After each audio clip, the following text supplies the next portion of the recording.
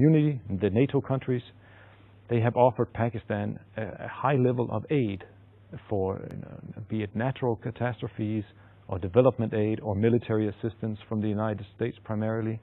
And there's been no question. Which went down to 2006.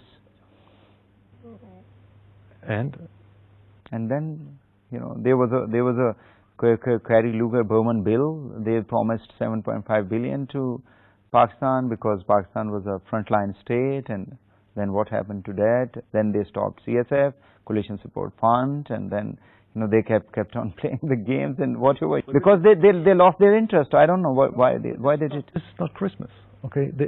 These relationships are not Christmas. You don't get gifts. It's not Christmas, okay? These relationships are not Christmas. You don't get gifts. It's not Christmas, okay? These relationships are not Christmas. You don't get gifts. Okay? There are countries pursuing their interests. But we make promises. Well, the country makes promises. They agree on certain things. Well, countries will then say, we did it conditionally. And there's the diplomacy. But countries, they use resources to build what they see as positive relationships. Mm-hmm. But implicit in that is a sanction that if it doesn't work, we can turn it negative. That's diplomacy. It's diplomacy 101 for beginners.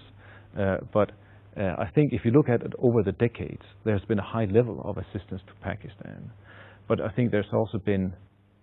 Pakistan lost $100 billion in this war. That's the average figures that we can give. But the structure that Pakistan, the economic structure which was damaged in the last 1 decade, nobody can imagine even that. Yes. And the instability, nobody wants. There was because investor, if I am an investor, if somebody asks me to invest in a country, I will see the environment, I will see so many other things. So in indirect terms, there was uncountable losses that Pakistan bore in this war on terror. For the first 5 years, 6 years of the ISAF campaign in Afghanistan, you're absolutely right. The international community, NATO, was not sufficiently aware of the regional ramifications of this campaign. You're right. That awareness came about then, and there has been a willingness to develop the development assistance that is needed in a context of war and everything it destroys. It destroys economies, it destroys the environment and so on. And there's been an awareness of this.